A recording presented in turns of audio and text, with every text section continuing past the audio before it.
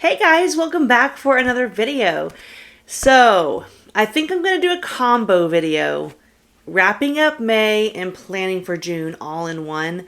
For those of you who know me through Discord or just through life and we chat, you guys know that I have had a wild couple of weeks. And I didn't get a lot of reading done. You'll see why. So I don't really feel like I have enough to fill up 2 videos. So let's just make one long video. So I know you're here to talk about books, but I'm an oversharer. So sit back while I tell you a little bit about what's been going on.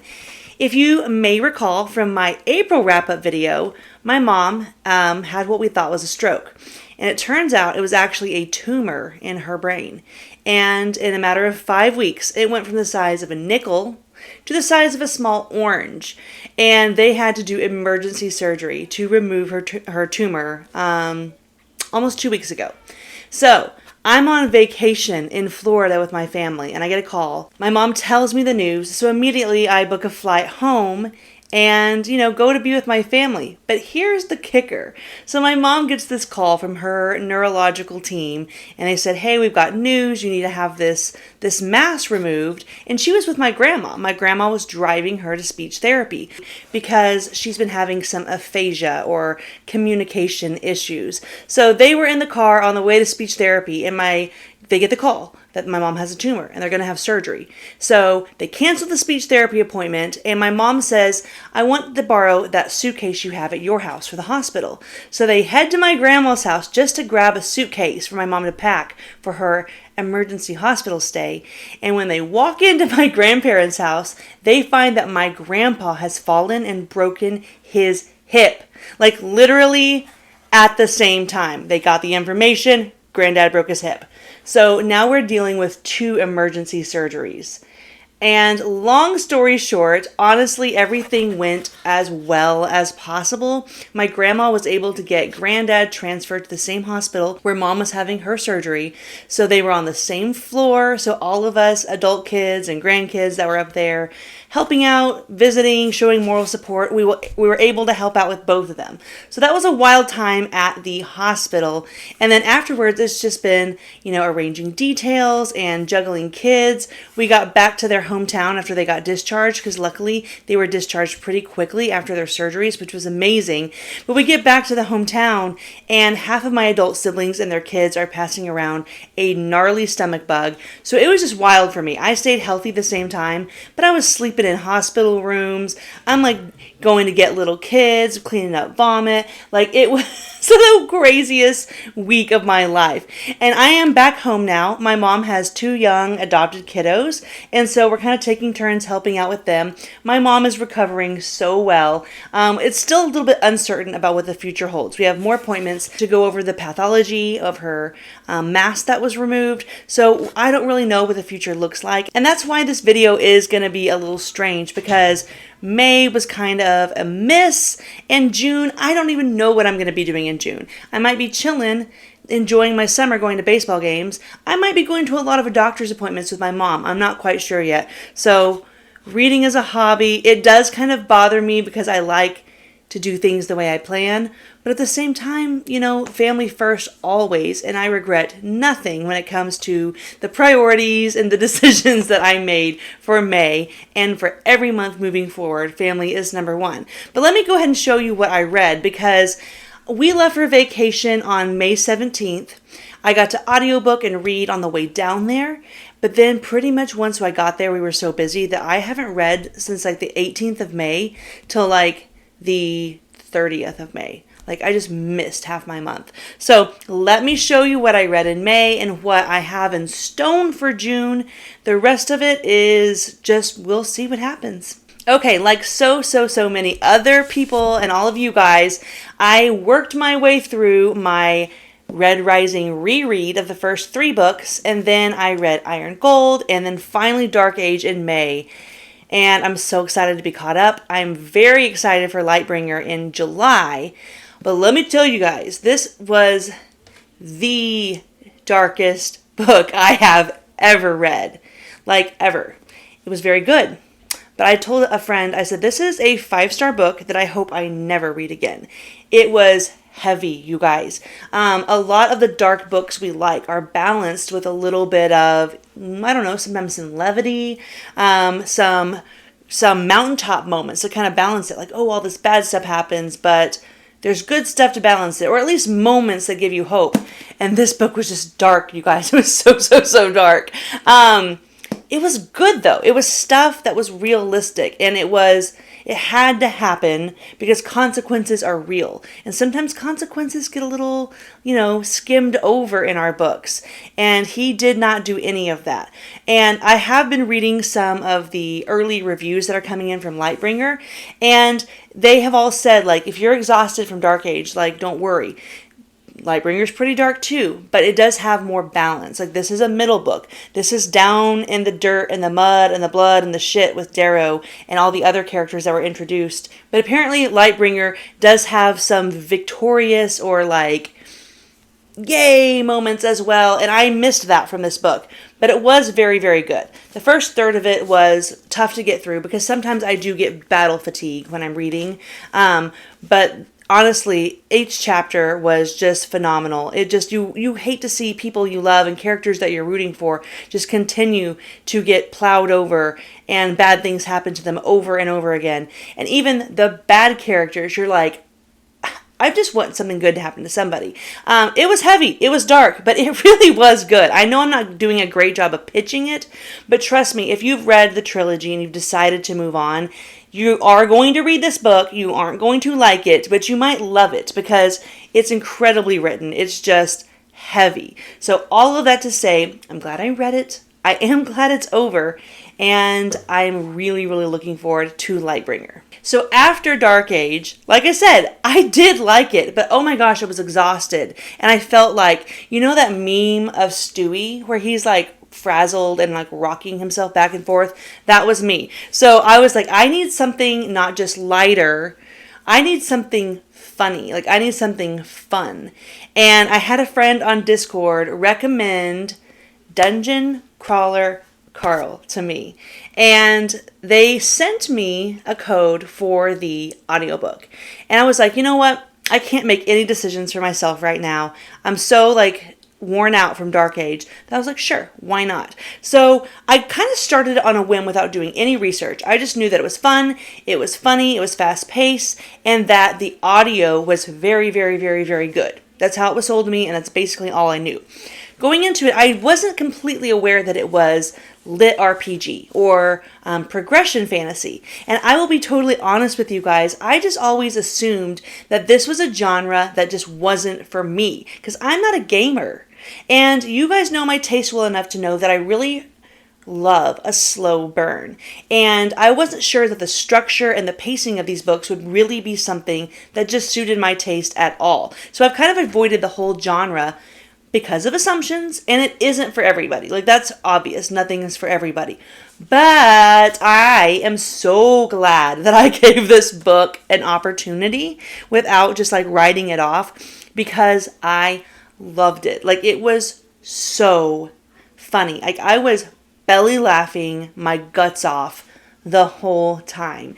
And again, I don't know if all lit RPG is going to be for me. Like I said, I'm not a gamer, but this story is hilarious. And I don't really want to get into it too much, but it says that the apocalypse will be televised. And basically, it's about this guy who just broke up with his girlfriend. She's off gallivanting with her new life, and he's in their apartment, getting ready to leave her, I guess, and her cat's there. She has this Persian cat that's like a show cat. And the cat gets out late at night, hops out through the window. Carl goes out in his boxers and his motorcycle jacket and no shoes, just to go chase the cat and like bring this cat back inside, because it's not just a pet, it's a show cat. So he goes outside to get this cat, and then all of a sudden, boom, the world ends, and it's taken over by aliens. And basically he is inserted into a reality show for aliens where he kind of has to like Hunger Games fight for his life. I mean, there's more to it than that, but it has every fantasy race you can imagine.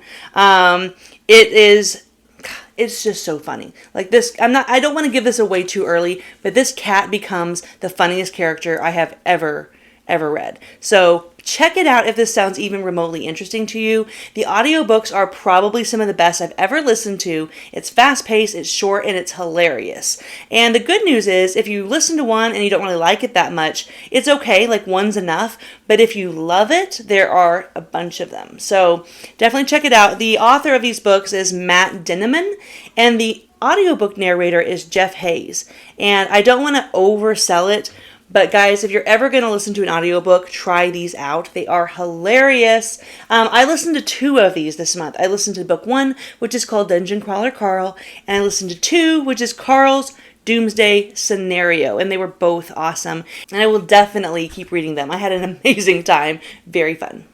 Now, speaking of Dungeon Crawler Carl, a guy I know from the internet, Andrew, over from Andrew's Wizardly Reads, he is a big Dungeon Crawler Carl fan. He is also a big Stephen King fan. I watched one of his shorts where he recently read The Green Mile, which is amazing, and he said in that video that it replaced Needful Things as his favorite Stephen King book. And that caught my attention because I was like, that is a Stephen King book that I haven't read yet that I keep trying to add to my TBR. So when we did the readathon back in January, us team captains kind of made a loose deal that whoever won would pick a book for the other team captains to read. And so I was like, ooh, I have a good idea. How about I read Needful Things, Andrew, since it's your second favorite Stephen King book, and I haven't read it yet, and we'll kind of trade, and I'll pick one for you. So I picked Duma Key for him, and he's going to read that in June, I believe. And I read Needful Things in May. And what can I say? I understand why this was Andrew's favorite book for a long time from Stephen King, because it is super, super good. It does all the things that Stephen King does well, but wrapped up in one package. It has small town that feels like a character in itself. It has a large cast that at first you're like, who, what? But by the end you feel like you know every single person well. Stephen King does that the best. It has a very, very creepy and scary, maybe his scariest villain ever. It has protagonist you want to root for. It has side antagonists that you hate. It is creepy, it is cool, it is mysterious, and it's like only Stephen King could write a book about an antique store, flea market place, and make it like one of the scariest books I've ever read. But what was so cool about it is it didn't start out the scariest book I've ever read. Like it built, it was getting creepier, but like sometimes you forget you're being creeped out because you're so invested in all the characters in this small town. But the final act of this is scary as shit, you guys. So, Leland Gaunt, definitely, I was going to say, maybe not the scariest Stephen King villain I've ever read, but definitely top 5. This guy, so scary. The last book that I started and finished in the month of May is also my book of the month for May, and it is Eversion by Alastair Reynolds. This book was purchased for me and recommended to me by my friend Brent, and it was not a miss, you guys. This is my first Alastair Reynolds, and I'm not going to tell you much about it because I think the beauty of this book and what makes it so cool is that it is not what you think it's going to be. So why should you read it? Well, it is sci-fi and it is a standalone. It's not very big. I mean, like even the font is not small. So it's kind of one of those books, like you have no reason to at least not try it, but I'm begging you, don't read anything about it, don't ask any opinions, don't watch any videos until you've finished it, because the beauty of what made this book so good is it was nothing like what I expected it to be, and it's also a very trust the process type book. Like there were probably 2 different points in this book that I almost thought about putting it down, because I was like, I don't know what's going on, and it's starting to feel kind of repetitive. But please trust the process because this is a cool book and it just felt so unique. So, book of the month, great recommendation. So now I want to show you the stuff that I started in May but am carrying over into June because, like I said, reading just did not happen for me for about 2 whole weeks. So the first one was Of Darkness and Light, which is book 2 of The Bound and Broken. This is my one big complaint with the series is that I do kind of stumble over the titles, and that's my fault. I should have been better prepared.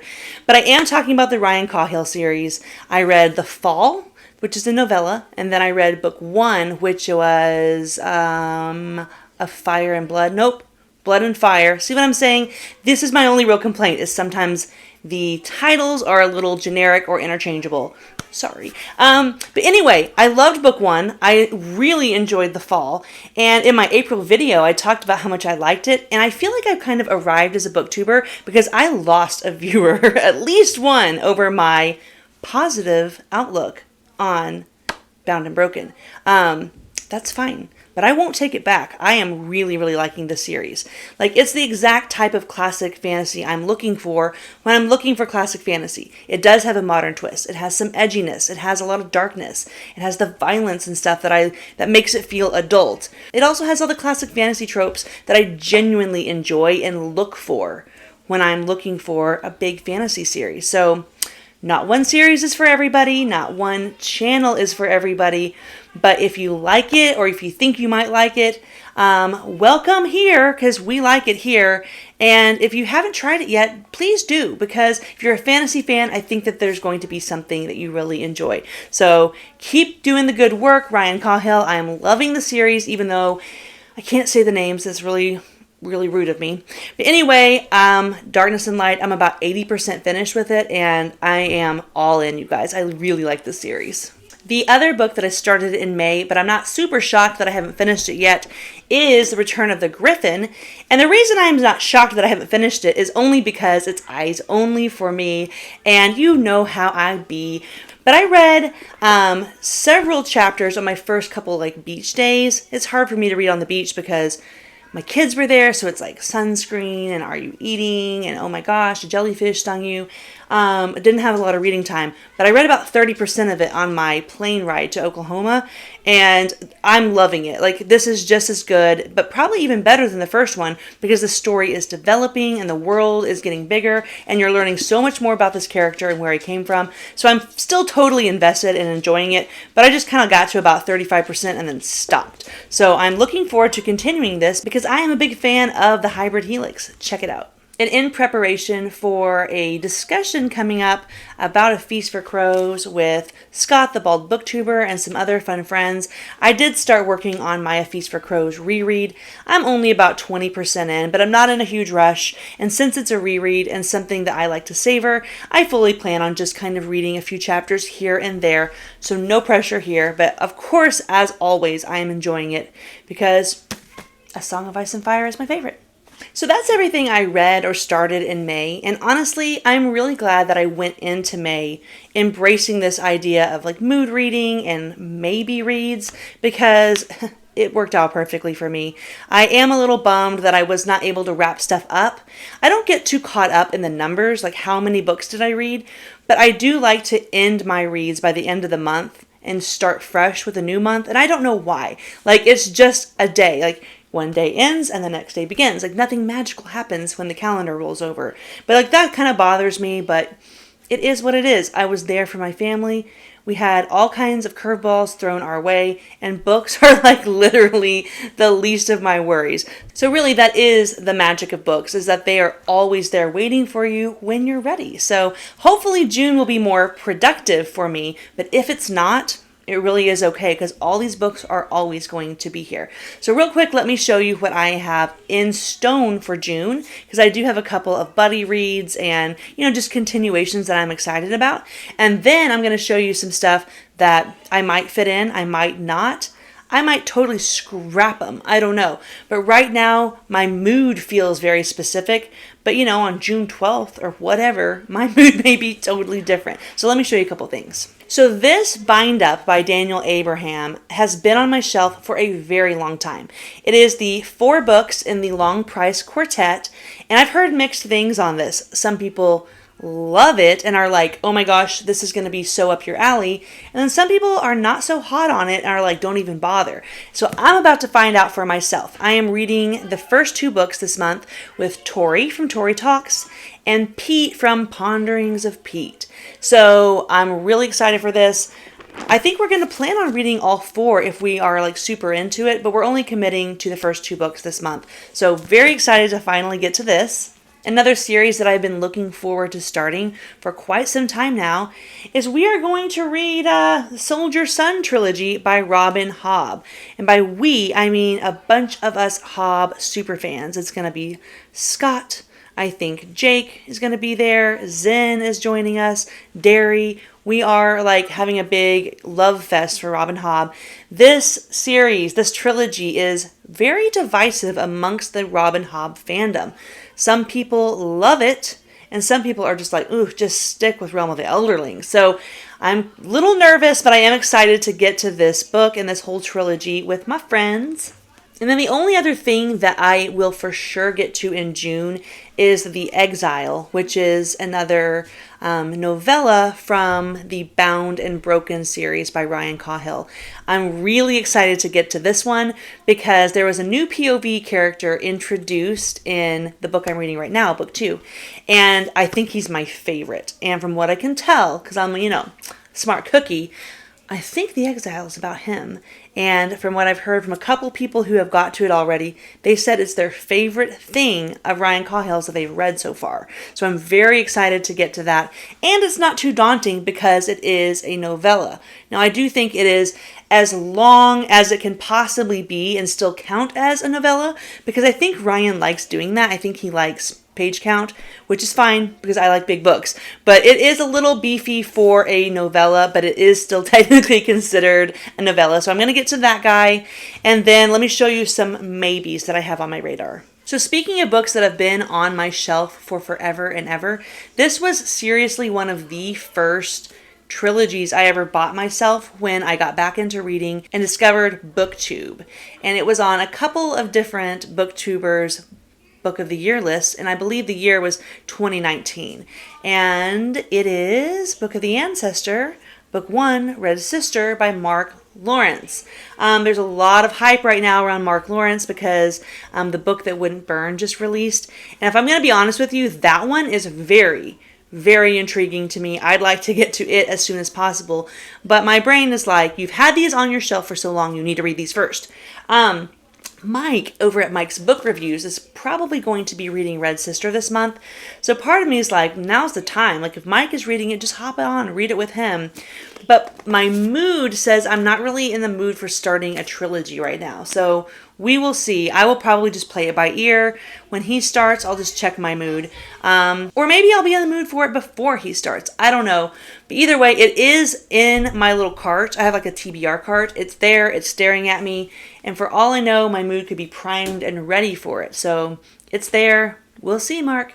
Y'all know how much I have been enjoying these Secrets of the Immortal Nicholas Flamel books. This is book 5. I was hoping to get to it last month and it didn't happen, but I've got it in my stack because I love these as palette cleansers. They're short, they're fast paced, and it's a cool story that I'm very invested in. That's book 5, and there's 6 books total, so part of me just kind of wants to binge through them and wrap that up because I love checking stuff off my list that would make me feel so good and so productive. So I might do that for just like a reading self-esteem boost because I love checking series off my list. And right now where I'm at, finishing series and checking stuff off the list is a little more appealing to me than starting new stuff. So we'll go with the mood. We'll go with the flow and see what it looks like. I'll just mention it because I keep thinking about it, but I really want to read Red Skies Over Red Seas by Scott Lynch, which is Gentleman Bastards Book 2. I really want to read that, but I don't own the book, and I have like very specific sized copies, and Amazon only has like hardcover or the mass market paperback, but I'd really like to stick with this kind of medium size that I have. So it's funny, I have book 1 and I have book 3, you can see it right there, but I don't have book 2. So it's calling to me and I want to read it, but I really want to have the right size book. So I don't know. We'll see. The Goblin Emperor by Catherine Addison is one that keeps popping up on my TBR because I keep putting it there because I keep wanting to read it. And then it just kind of always gets pushed off. So I don't know when I'm going to read this, but I really hope it's in June. The last thing I want to touch on before I go is that the nominations for SPIFBO have been announced. And so I do have a list here of some indie reads that I'm very excited to get to. I basically just combed through the list of nominations, and first picked out all the ones that I already owned, either on Kindle, physical book, or audiobook. And then I went through and looked for people that I know, because how cool is Discord that we actually get to hang out and, mingle with authors. And then I went through and started reading some backs of covers, some blurbs, and just picked out a few that sounded so good to me. This list, I'm not in any hurry because this competition lasts a long time. I will leave a link below that kind of goes over all the details and explains everything. But this is a competition that really shines a light on, the up and coming stars of the indie publishing world, and I'm just really excited to check out some new favorites over the next several months. So as I'm mood reading, as I'm kind of hopping back and forth between here and Oklahoma and the baseball fields, and everything is just so up in the air, I don't know if I'm going to be reading these books in this stack, books from this clipboard, or something that I haven't even heard of yet. But all I know is I'm excited, and I'm just glad that books are here for me as an escape. And that's why I do this. And it never ceases to amaze me that when times get tough, things get hectic or stressful, I always have books to lean into. And even when I wasn't able to get to my books, I was too overwhelmed and stressed to even audiobook, but you guys were there for me. I've met so many friends through Discord and the bookish community, and it just blew my mind the way you guys stepped up and just really supported me in a real way. So it just really means the world to me when you guys pop in my text messages or my DMs just to drop me a quick, hey girl, thinking about you. So I love you all. I love my books, and I'm just happy to be making this video. It just feels so normal, and I love that. So talk to you guys soon, hopefully.